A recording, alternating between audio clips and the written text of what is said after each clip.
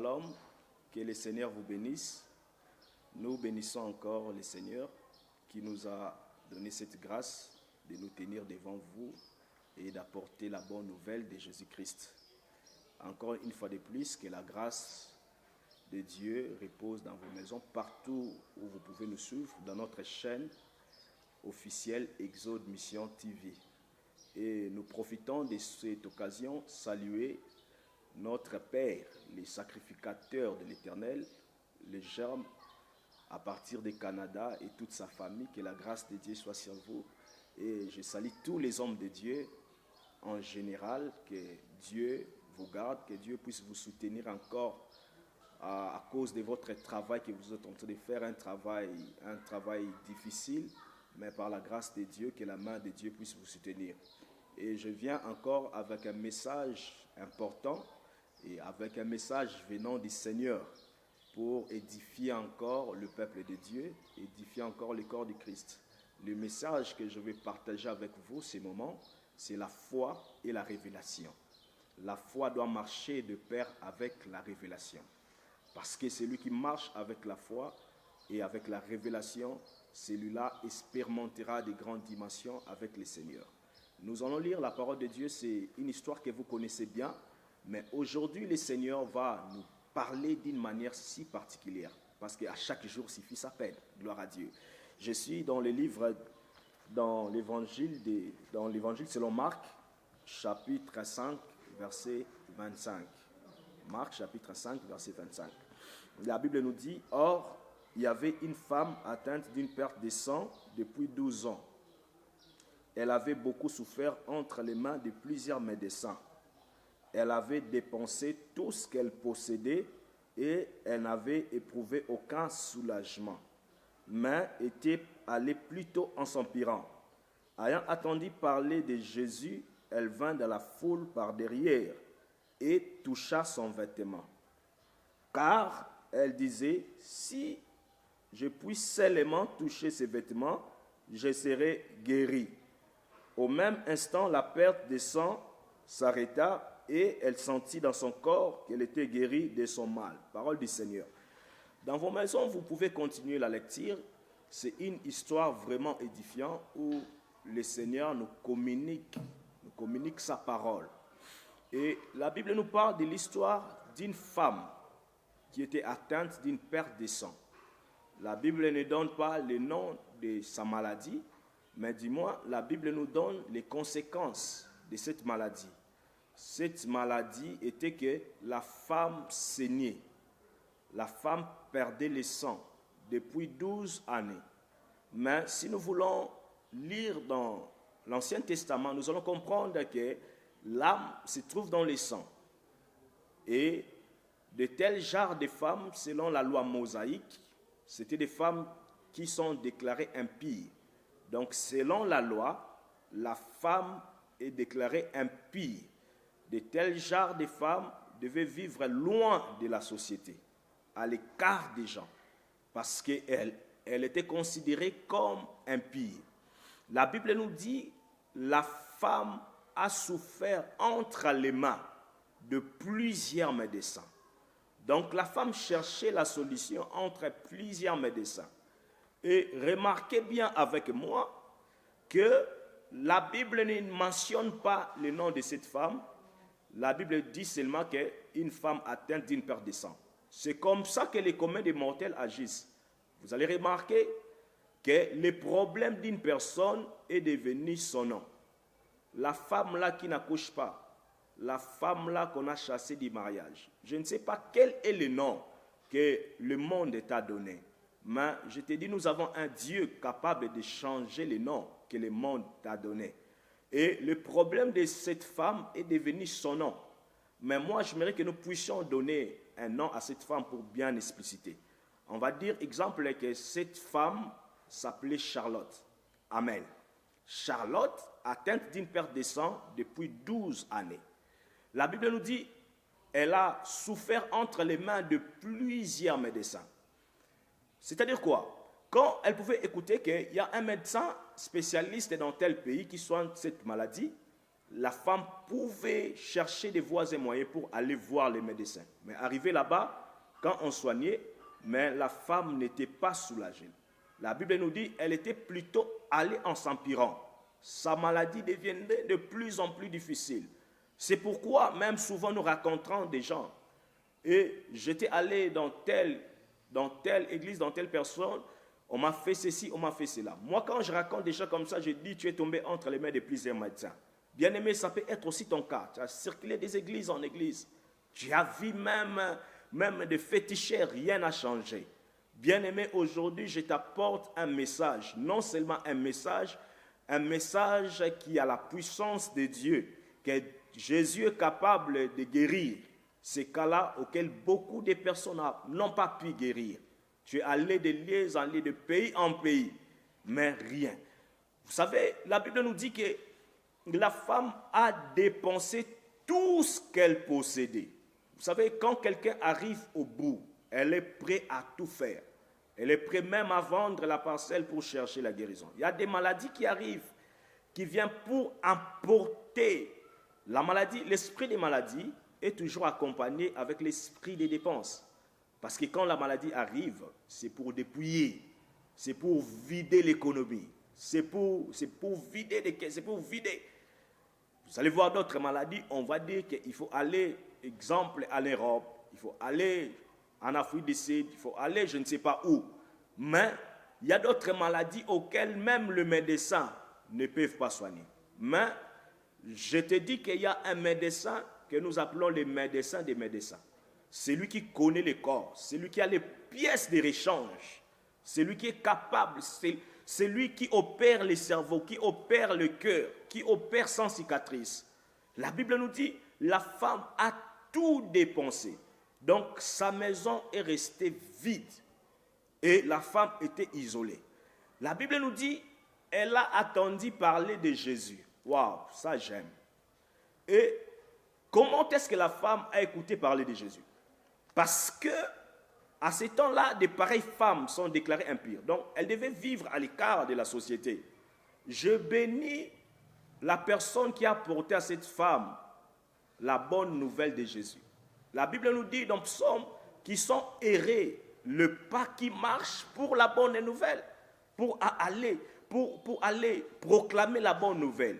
Le mal avec toi qui me suis, tu n'es pas entouré de bonnes personnes. Tu es entouré de gens qui détruisent ta foi. Bien-aimés, nous sommes arrivés dans un temps où les aigles doivent voler avec les aigles. Nous devons être entourés de bonnes personnes qui vont nous aider à avancer dans la foi, à avancer dans la vie chrétienne. Tu n'as pas besoin d'écouter des discours qui viennent pour détruire encore ta foi. Tu as déjà des problèmes. Mais tandis qu'il y a d'autres gens qui viennent, que le diable inspire, qui viennent uniquement pour détruire ta foi. Oh, la maladie, si je connais, ça commence comme ça. Eh bien, quand ça va toucher les cœurs, tu vas faire l'AVC comme ça. Non, on a besoin d'écouter les discours qui vont communiquer la foi. Les discours qui vont encore remettre notre relation avec le Seigneur. Les discours qui vont encore nous aider à aller plus loin avec le Seigneur. On a apporté la bonne nouvelle à la femme en disant, nous connaissons un, celui-là qui ouvre les yeux des aveugles. Nous connaissons un, celui-là qui a ressuscité Lazare. Nous connaissons un. La Bible nous dit, la foi vient de ce qu'on attend, et ce qu'on attend vient de la parole de Dieu. Quand la femme a écouté qu'il y a encore un autre docteur de 33 ans, celui-là, ça ne rate pas. Celui-là, il opère des miracles sur lui. La Bible nous dit, la femme haït la foi. Bien-aimé, je prie au travers de ces messages que Dieu puisse te communiquer la foi, que la foi puisse naître encore au-dedans de toi. Je te dis, toi qui es malade, tu ne mourras pas. Cette maladie-là ne te tuera pas. Mais cette maladie-là est pour la gloire de Dieu. Tu peux crier après moi, dire plus fort que je ne mourrai pas, je vivrai. Gloire à Dieu. Tu vivras comme tu confesses cela dans ta bouche et que cela puisse arriver au nom de Jésus. Tu ne vas pas mourir. Bien aimé, la Bible nous dit, quand la femme a écouté, la femme haït la foi. Bien aimé, la femme se dit en elle-même, si je touche seulement le pan de sa robe, moi, je serai guéri. Bien-aimé, la foi marche avec la révélation. Si ta foi marche avec la révélation, tu vivras des miracles extraordinairement. Je ne suis pas dans ces débats. L'huile, l'eau. Moi, je crois que Dieu peut opérer d'une manière surnaturelle. Dieu peut opérer même avec l'huile, Dieu peut opérer même avec de l'eau. Tout dépend de la révélation que la personne a reçue. J'aime dire aux gens, on ne fait pas de débat sur la révélation. Parce que la révélation, elle est particulière. Moïse avait les bâtons, Élie avait les manteaux. Chacun a une révélation de la part de Dieu. Quittons des débats inutiles. Bien-aimés, nous sommes arrivés au temps où nous devons expérimenter la puissance de Dieu. La femme se dit en elle-même, si moi je touche seulement le pont de sa robe, je serai guéri. Il n'y a aucun pasteur, il n'y a aucun prêtre, je ne sais pas qui avait prêché à cette femme. Tu vois, si tu touches le pont de la robe, tu seras guéri. Personne. La femme lui-même a eu cette révélation. Bien-aimé, je prie que tu sois une femme de révélation, que tu sois un homme de révélation, que Dieu, au-dessus de ta foi, que Dieu puisse te donner la révélation. Parce que nous avons un Dieu qui est multidimensionnel, qui est multisystème. Dieu opère de plusieurs manières. On ne peut pas comprendre la façon dont Dieu agit. Alléluia. On ne peut pas comprendre la façon dont Dieu agit. Dieu agit de plusieurs manières. Je crois à la révélation. Je crois. La révélation que Dieu te donne, applique cela, tu verras les résultats. La révélation que Dieu te donne, si tu es convaincu de faire quelque chose pour Dieu, fais ça, tu verras les résultats. Notre Dieu opère comme ça. Notre Dieu n'est pas limité, il n'est pas borné. La femme s'est dit en elle-même, j'ai eu des médicaments, j'ai eu des fois des transfusions. Mais cette fois-ci, je ne vais rien prendre. Moi, je vais toucher seulement les pans de la robe et je serai guéri. Et je pense que cette femme avait eu cette révélation. La Bible nous dit, au temps d'Ésaïe, Ésaïe a vu le sanctuaire. Et dans le sanctuaire, il a vu le pont de la robe de Dieu remplissait les temples. Oh, alléluia. Bien-aimé, c'est de la même manière avec Moïse. Moïse a dit à Dieu, fais-moi voir ton visage. Le Seigneur lui dit, je fais grâce à qui je fais grâce, je fais miséricorde à qui je fais miséricorde. Bien-aimé, Moïse, au lieu de voir la face de Dieu, Moïse a vu les dos de Dieu. Je crois que cette femme avait cette révélation. Il sait que si je passe devant, parce que pendant que Jésus-Christ marchait, Jésus était 100% Dieu et 100% homme. En Jésus-Christ, il y avait l'accomplissement de la loi et des prophètes. Jésus était l'accomplissement. Et la femme peut-être se dit, si je passe devant, je serai frappé par la loi. Il faut que je puisse passer derrière pour toucher la grâce de Dieu. Et la Bible nous dit, la femme est allée vers Jésus. Malgré la foule, la femme s'est faufilée. La Bible nous dit, quand la femme a touché le pont de sa robe, alléluia. La Bible nous dit, une force sortit en Jésus. Et en l'instant même, la perte de sang s'arrêta. La femme effrayée et tremblante, elle savait ce qui s'est passé en elle-même. Phénomène impossible. Et Jésus se retourna, il regardait la foule. Il dit à Pierre, qui m'a touché? Personne ne pouvait comprendre. Alléluia. Ça, c'est ce que j'aime. Et les disciples pouvaient dire, Seigneur, mais tu vois la foule qui te presse partout et tu dis, qui m'a touché? Bien-aimé, c'est ce que j'ai dit, on peut tous venir à l'église, mais on ne touche pas Dieu. Il y a d'autres gens qui viennent, mais ils viennent par formalité. Et quand on vient auprès du Seigneur, il faut venir de tout son cœur. Quand on touche Dieu et on est touché aussi par Dieu. La femme a touché directement, il y a une puissance qui est sortie de Jésus qui a arrêté la maladie. Jésus dit, qui m'a touché? La Bible nous dit, la femme effrayée et tremblante vient se jeter à ses pieds et dit toute la vérité. Et la femme se dit en elle-même, j'ai souffert entre les mains de plusieurs médecins. J'ai connu des transfusions, j'ai connu des perfusions, mais celui-ci ne m'a même pas perfusé. Moi, j'ai touché seulement les pans de sa robe, je suis guéri. Bien-aimés, nous avons un Dieu de surnaturel. Nous avons un Dieu qui peut tout. Ton problème n'est pas plus fort que ce Dieu-là. Ta maladie n'est pas plus grande que ce Dieu-là. C'est toi qui vois ça, c'est une maladie grave. C'est le médecin qui t'a dit, mais Dieu ne t'a pas dit cela. Et je crois, au travers de ces messages, si tu mets la foi, le Seigneur est capable de te guérir d'une manière instantanée, d'une manière surnaturelle. Les problèmes qu'il a, toi, crois seulement. Avec la révélation, Dieu est capable d'opérer au-delà de tes pensées. Ce que Dieu t'a fait monter en cœur, fais cela. Bien-aimé, j'aimerais prier avec toi. Le Seigneur est vivant, le Seigneur est fidèle. Toi qui as quelqu'un à l'hôpital, toi qui as un fils malade, toi qui as des parents qui sont en train de souffrir, Dieu est capable de te guérir des paralysés maintenant, toi qui nous suis, à travers de ces messages. Bien-aimé, le problème qui est là, il faut avoir la révélation. Crois que Jésus-Christ est le même hier, aujourd'hui, éternellement, et il est capable de le faire. Est-ce qu'on peut prier ensemble là où tu es? Prends une bonne position, ouvre ton cœur. La main de Dieu, la Bible déclare que la main de l'Éternel n'est pas devenue trop courte, ni son oreille trop dire pour attendre. Bien-aimé, la distance n'est pas une barrière. Partout où tu es, Dieu tient le monde entre sa main. Il tient le monde entier. Il est capable de te localiser. Il est capable de te toucher en ce moment ici. Mets la foi et tu vivras la puissance de Dieu. J'aimerais aussi prier avec toi et sois concentré. Dieu est capable de le faire et Dieu le fera. Je vais prier avec toi. Seigneur, le Dieu de gloire, le Dieu de miracles, le Dieu de signes, de prodiges, toi qui opères sans cicatrice, je prie pour mon frère, je prie pour ma sœur, je prie pour maman, je prie pour l'enfant qui est malade.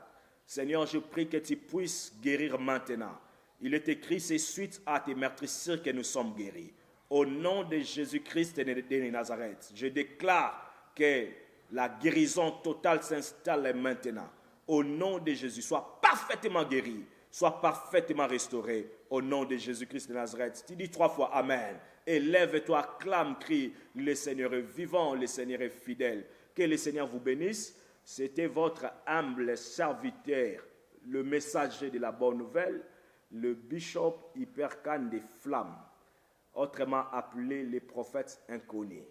Bien-aimés, que le Seigneur vous bénisse. Je vais passer mes coordonnées, c'est plus 243 89 76 20 691. Vous pouvez nous appeler à tout moment, sans intermédiaire, nous allons vous recevoir. Et je vous exhorte de vous abonner massivement à notre chaîne Exode Mission TV, une chaîne qui élève Jésus-Christ, une chaîne qui proclame la bonne nouvelle de Jésus-Christ. Abonnez-vous massivement, vous ne serez jamais déçus. Et vous allez écouter des paroles qui vont encore réconforter votre foi. Vous allez écouter des messages prophétiques. Que le Seigneur vous bénisse. Je salue tous les hommes de Dieu au monde. Si je vais citer des noms ici, je vais oublier les autres. Que la grâce de Dieu repose sur vous. Au nom de Jésus-Christ. Amen. Nous sommes l'église Exode Mission. Nous sommes ici à République démocratique du Congo et nous sommes aussi au Canada, en Afrique du Sud. Que le Seigneur vous bénisse et que la grâce de Dieu soit sur vous. Ciao.